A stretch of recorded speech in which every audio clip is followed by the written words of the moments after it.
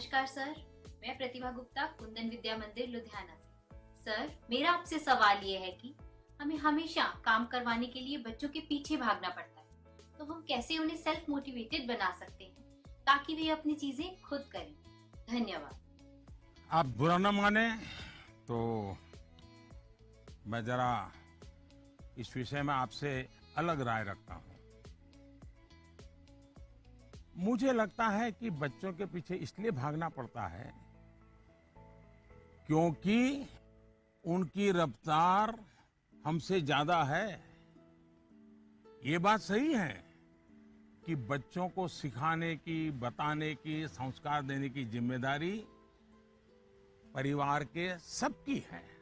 लेकिन कई बार बड़े होने के बावजूद हमें भी तो जरा मूल्यांकन करना चाहिए। हम एक सांचा तैयार कर देते हैं और बच्चे को उसमें ढालने की कोशिश करते रहते हैं और समस्या यहीं से शुरू होती है। हम इसे सोशल स्टेटस का सिंबल बना देते हैं। अक्सर माता पिता अपने मन में कुछ लक्ष्य तैयार कर लेते हैं, कुछ पैरामीटर बना लेते हैं और कुछ सपने भी पाल लेते हैं। फिर अपने उन सपनों और लक्ष्यों को पूरा करने का बोझ बच्चों पर डाल देते हैं। हम अपने लक्ष्यों के लिए बच्चों को जाने अनजाने में, माफ करना मुझे, मेरा शब्द कहीं कठोर लगेगा, जाने अनजाने में हम बच्चों को इंस्ट्रूमेंट मानने लगते हैं। और जब बच्चों को उस दिशा में खींचने में विफल हो जाते हैं तो ये कहने लगते हैं कि बच्चों में मोटिवेशन और इंस्पिरेशन की कमी है। किसी को भी मोटिवेट करने का पहला पार्ट है ट्रेनिंग, प्रॉपर ट्रेनिंग। एक बार बच्चे का मन ट्रेन हो जाएगा तब उसके बाद मोटिवेशन का समय शुरू होगा। ट्रेनिंग के कई माध्यम, कई तरीके हो सकते हैं। अच्छी किताब, अच्छी मूवीज, अच्छी कहानियां, अच्छी कविताएं, अच्छे मुहावरे या अच्छे अनुभव, ये सब एक प्रकार से ट्रेनिंग के ही टूल्स हैं। जैसे कि आप चाहते हैं आपका बच्चा सुबह उठ करके पढ़े। आप उसे कहते हैं, बोलते भी हैं, डांटते भी हैं, लेकिन आपको सफलता नहीं मिलती।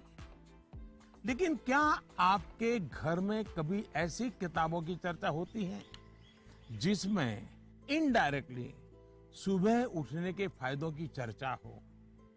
हमारे यहाँ आध्यात्मिक जीवन के लोग ब्रह्म मुहूर्त से ही उनका दिवस प्रारंभ हो जाता है और वो उसी के नॉर्म्स का पालन करते हैं। तो दूसरी ओर आजकल 5 AM क्लब की भी चर्चा होती है।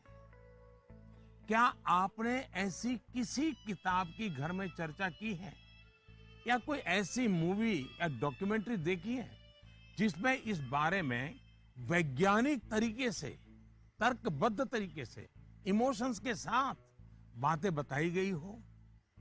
ये एक बार करके देखिए। सुबह उठने के लिए बच्चे की ट्रेनिंग खुद ही हो जाएगी। एक बार मन ट्रेन हो गया, मन में बच्चा समझ गया कि सुबह उठने का क्या फायदा है, तो फिर वो खुद मोटिवेट होने लगेगा। यही तो एनवायरनमेंट क्रिएशन होता है जिसकी घर में सबसे ज्यादा जरूरत है। आप बच्चे के बचपन का वो समय याद करिए जब आप उसको गोद में लेते थे। मान लीजिए आपकी जेब में पेन है या आपने चश्मा पहना है, बच्चा उसे खींचता है, चश्मा उतारता है, तो आप क्या करते हैं?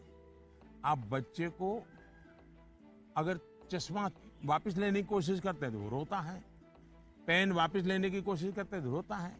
तो समझदार माँ बाप क्या करते हैं, उसको एक बड़ा बॉल उसके सामने खड़ा कर देते हैं, लेकर के खड़े हो जाते हैं। बच्चा क्या करता है, चश्मे छोड़ देता है, पेन छोड़ता है, बड़ा बॉल खेलने के लिए ले लेता है, न रोता है। आसानी से आप सॉल्यूशन निकाल देते हैं।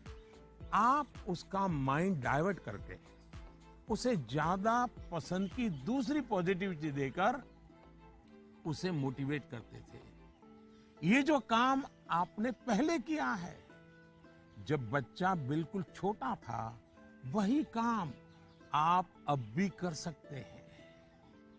आपने सुना होगा, एक दीप से जले दूसरा।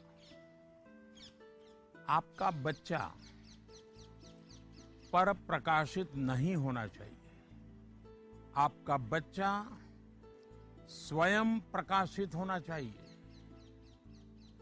बच्चों के अंदर जो प्रकाश आप देखना चाहते हैं, वो प्रकाश उनके भीतर से प्रकाशमान होना चाहिए, और वो आपके जागरूक सक्रिय प्रयासों से संभव है। आप अपने एक्शंस में जो बदलाव दिखाएंगे, वो बच्चे बहुत बारीकी से ऑब्जर्व करेंगे। यहां एक और बात की ओर मैं आपका ध्यान दिलाऊंगा। बच्चों को कभी भी भय पैदा करके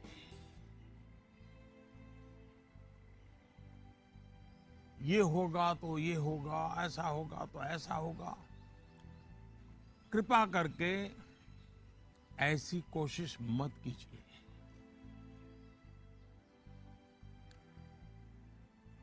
एक प्रकार से वो तरीका लगता तो बहुत आसान है, लेकिन